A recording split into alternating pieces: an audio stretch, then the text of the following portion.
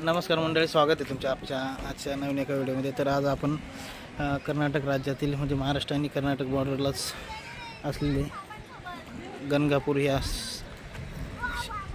देवस्थानात आपण म्हणजे श्री दत्त भगवान यांना समर्पित यांच्या निर्गुण पादुका इथं गणगापूरमध्ये आहेत. तर त्यांच्या दर्शनासाठी आपण आज आलो आहोत. तर बघू शकता हे पार्किंगचे असतं. या ठिकाणी आपण गाड्या वगैरे पार्क करू शकतो. आता आम्ही गाडी पार्क वगैरे केली, थोडं फ्रेश वगैरे होऊन चला तर मंदिराकडे जाऊया आणि मंदिराचं परिसर आजूबाजूचं तुम्हाला सगळं दाखवतं आणि दर्शन पण घेऊन. मित्र हो, व्हिडिओ शेवटपर्यंत बघा. आवडल्यास लाईक करा आणि आपल्या मित्रपरिवारामध्ये शेअर करा आणि चॅनलवरती नवीन असाल तर सबस्क्राईब करायला विसरू नका. चला तर तुम्हाला मंदिराचा परिसर दाखवतो आणि दर्शन पण करूया आपण. समोरच मंदिराचं दर्शन गेट. इथून आपण आता चप्पल वगैरे काढून मंदिरात आत जाणार आहोत दर्शनात. खूप छान प्रवेशद्वार आहे. मंदिर आणि मंदिराच्या आजूबाजूच्या परिसरात इथं आपण पुष्प वगैरे किंवा फळ बिळ घेऊ शकतो. मंदिराच्या वरच्या फ्लोअरला आलोय.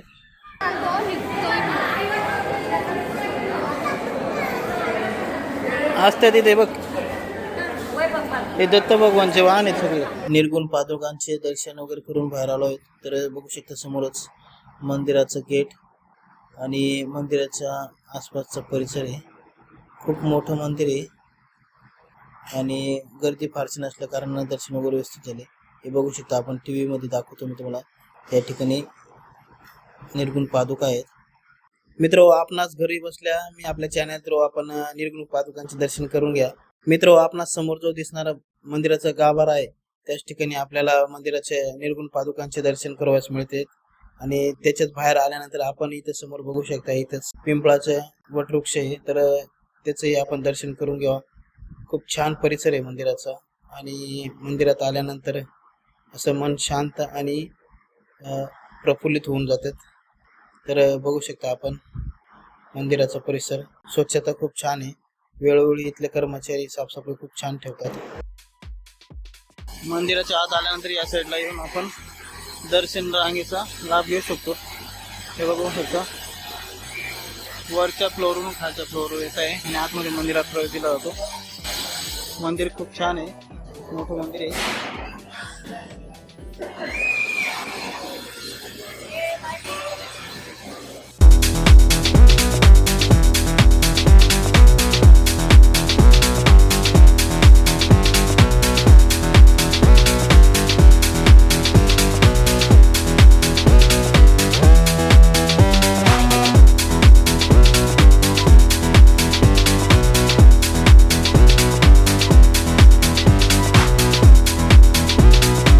दर्शन वगैरे खूप छान झालेत.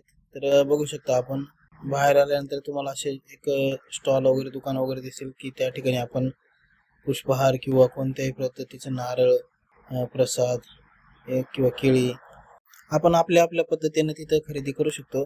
आणि समोरच मंदिराच्या बाहेर उभं असताना आपल्याला छान पद्धतीचा मंदिराचा कळस आणि वरचा भाग दिसून येतो.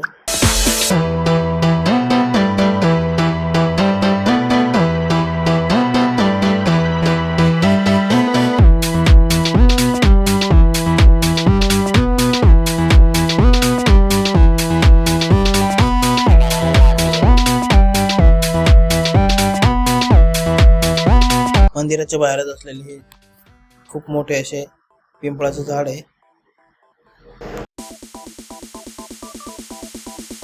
दर्शन वगैरे झाल्यानंतर मग छानपैकी कुडलक मध्ये चहा घेतली गरमागरम. बघू शकता मस्तपैकी मातीच्या कपामध्ये.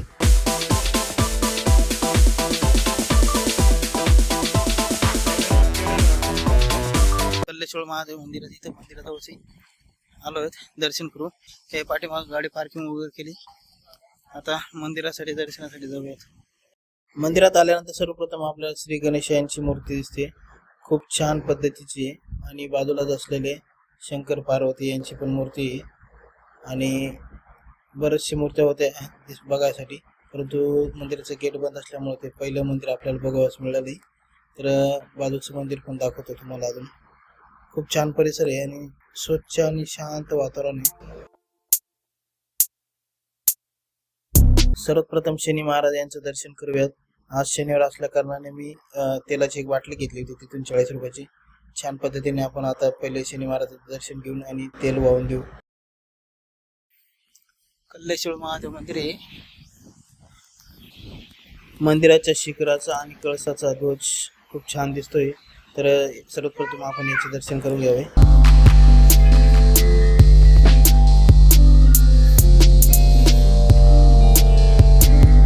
हर हर महादेव.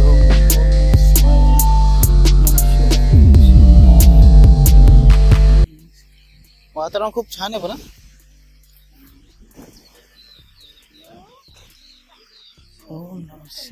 चला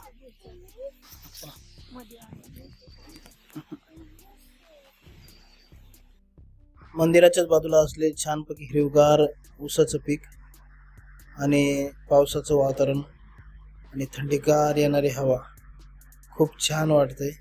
अशा वातावरणात मस्तपैकी थोड्या वेळ विश्रांती केली.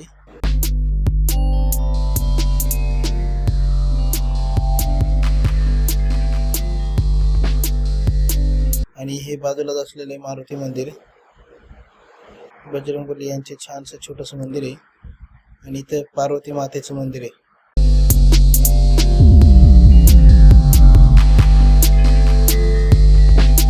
छान मंदिर आहे मित्र हो. कल्लाळेश्वर मंदिर म्हणतात. या ठिकाणी तुम्हाला गणपती दर्शन, परत महादेवांचे शिवलिंग, याच्यावरती शेषनाग विराजमान आहेत. आणि परत तुम्हाला हनुमंतांचे, शनी महाराजांचे, हे सगळ्यांचे दर्शन या मंदिरात करायला मिळणार आहे. तर गाणगापूरला आले तर नक्कीच, जवळच एक 500 मीटर अंतरावरती, आपण नक्कीच भेट द्यावी. खूप छान दर्शन होते.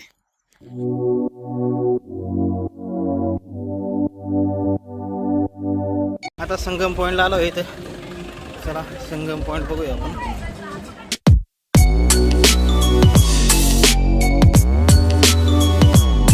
मित्र, आपण अजून आपल्या चॅनलला जर सबस्क्राईब केलं नसेल तर सबस्क्राईब करा आणि बेल आयकॉनला नक्कीच घंटीला क्लिक करा.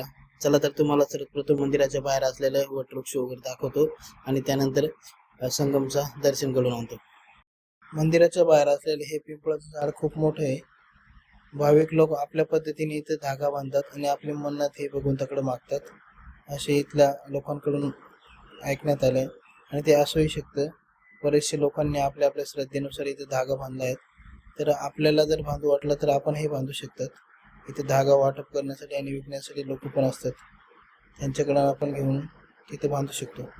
तर हा रस्ता खाली संगमाकडे जातोय. म्हणजे ज्या ठिकाणी 2 नद्यांचा संगम झालाय त्या ठिकाणी संगम असे म्हणतात. तर ही पायवाट छान पद्धतीचे पायऱ्या वगैरे बनवले आहेत आणि सिमेंटचं बांधकामामध्ये. हे बाहेरच असलेल्या नदीच्या काठावरती एक सुकलेलं झाड खूप बेकार दिसते. रात्रीच्या वेळी बघितल्यावर माणूस घाबरून शकतो. ज्या पद्धतीने एखाद्या हॉरर मूवीज मध्ये दाखवतात ना, त्या पद्धतीने हे झाड दिसून येते.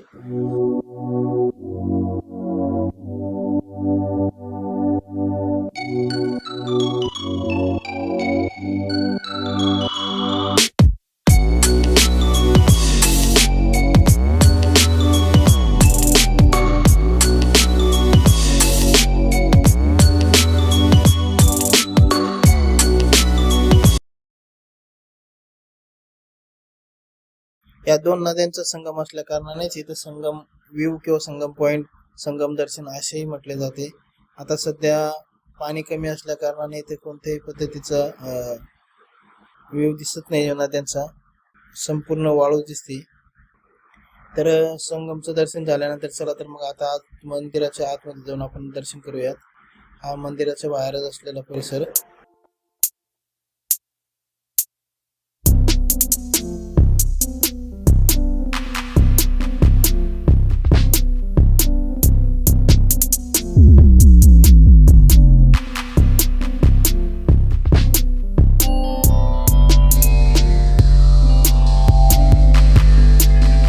मंदिराच्या आतमध्ये असलेलं हे औदुंबराचं वृक्ष.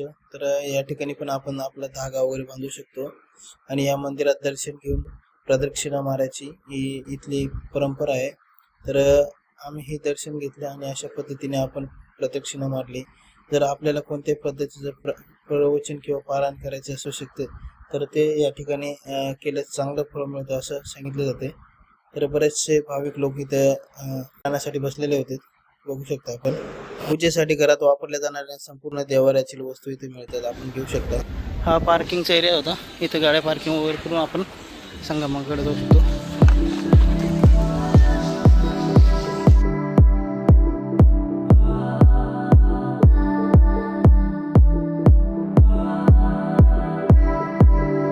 संगम पॉईंटच्या बाजूलाच एक 100 मीटर अंतरावरती असलेले हे भस्माचं डोंगर आहे. तर आपण तिथे दर्शन घेतले. तर भस्माचा डोंगर म्हणजे याच ठिकाणी भगवान परशुराम यांनी तपश्चर्या केली होती. तर त्या तपश्चर्यामध्ये जो होमकुंड होता, त्या होमकुंडातून जी काही भस्म निघला होता, तर त्या भस्माचं एक खूप मोठ्या प्रमाणात असा एक डोंगर तयार झाला होता. त्यामुळे इथे भस्माचं डोंगर असं नाव देण्यात आलंय. या भूमीवरती भगवान परशुराम यांचं पण एक छोटंसं मंदिर आहे. अशा पद्धतीने छोटे छोटे भाविक लोक असे एक घर बनवून ठेवतात. आणि हे समोरच गणपती बाप्पा यांचं मंदिर, भगवान परशुराम यांची मूर्ती आतमध्ये, बाहेर पादुका ठेवण्यात आल्या आहेत. तर आपण आलात तर नक्कीच भेट द्या, खूप छान आहे. छोटंसं मंदिर आहे आणि आजूबाजूचा परिसर आहे, पण बऱ्याच लोकांनी इथली माती वगैरे नेली आहे. या परिसरात आता कोणत्याही पद्धतीचा भस्म वगैरे तर मिळत नाही, परंतु या भागातली माती जी आहे, त्या मातीत भस्माचे अंश आणि भस्माचीच पावर विलीन झाली आहे असं भाविकांचं म्हणणं आहे. तर त्यामुळे बघू शकता आपण बरेचसे भाविक लोकांनी येथील माती कोरून नेली आणि मला तर वाटतं अजून बरेच काही दिवसांनंतर इथं खड्डा होऊन जाईल मोठा. तर बघू शकता आपण हे मंदिर आणि मंदिराच्या बाजूलाच पाणी तुंबलंय खड्ड्यामध्ये. मित्र, आपण अजून आपल्या चॅनलला सबस्क्राईब केलं नसेल तर नक्कीच सबस्क्राईब करा, जेणेकरून पुढील व्हिडिओ तुमच्या थेट मोबाईल पर्यंत नोटिफिकेशन येऊन जाईल. आणि बेल आयकनला म्हणजे घंटेच्या बटनला दाबायला विसरू नका. मित्र हो, आशा करतो की मी माझ्या चॅनल थ्रू आपणास गाणगापूर या तीर्थक्षेत्राची संपूर्ण सखोल माहिती आपणापर्यंत पोहोचवली. आणि आपण आपल्या चॅनलवरती हा व्हिडिओ बघून खुश झाला असाल तर नक्कीच आपल्या व्हिडिओला लाईक करा आणि आपल्या मित्र परिवारामध्ये शेअर करायला विसरू नका. चला तर मग भेटूया पुढच्या व्हिडिओमध्ये. आणि हो, कमेंट करायला नक्की विसरू नका कोणता भाग आणि कोणत्या ठिकाणी तुम्हाला आवडला. तर भेटूया पुढच्या व्हिडिओमध्ये, तोपर्यंत आपला जय महाराष्ट्र.